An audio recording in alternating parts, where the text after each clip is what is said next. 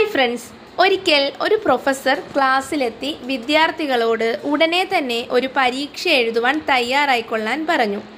അപ്രതീക്ഷിതമായി പരീക്ഷ എന്ന് കേട്ടപ്പോൾ അവരൊന്ന് അമ്പരന്നു. പ്രൊഫസർ പരീക്ഷ പേപ്പറുകൾ വിതരണം ചെയ്യാൻ ആരംഭിച്ചു.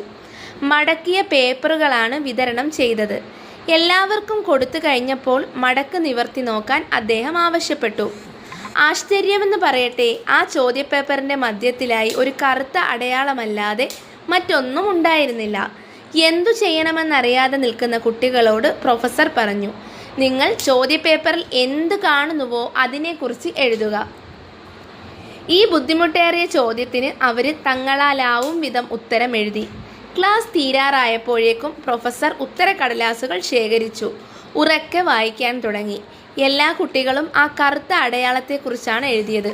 അതിൻ്റെ വലിപ്പം, സ്ഥാനം, ആകൃതി എന്നിവയെക്കുറിച്ചെല്ലാം അവർ നീട്ടിപ്പരത്തി എഴുതിയിരുന്നു. എല്ലാ ഉത്തരക്കടലാസും വായിച്ചു കഴിഞ്ഞപ്പോൾ ക്ലാസ് നിശബ്ദമായിരുന്നു. പിന്നീട് പ്രൊഫസർ പരീക്ഷയെക്കുറിച്ച് വിശദീകരിക്കാൻ ആരംഭിച്ചു.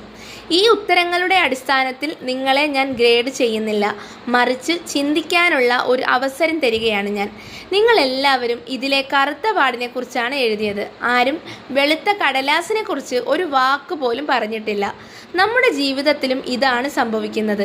എല്ലാവരും അവരുടെ ചെറിയ പ്രശ്നങ്ങളിൽ മനസ്സുടക്കി നിൽക്കും. ആരോഗ്യ പ്രശ്നങ്ങൾ, സാമ്പത്തിക ബുദ്ധിമുട്ടുകൾ, കുടുംബ ബന്ധങ്ങളിൽ ഉണ്ടാകുന്ന ചെറിയ വിള്ളലുകൾ, കൂട്ടുകാരുമായുള്ള പ്രശ്നങ്ങൾ തുടങ്ങി അനവധി ചെറിയ കാര്യങ്ങൾ.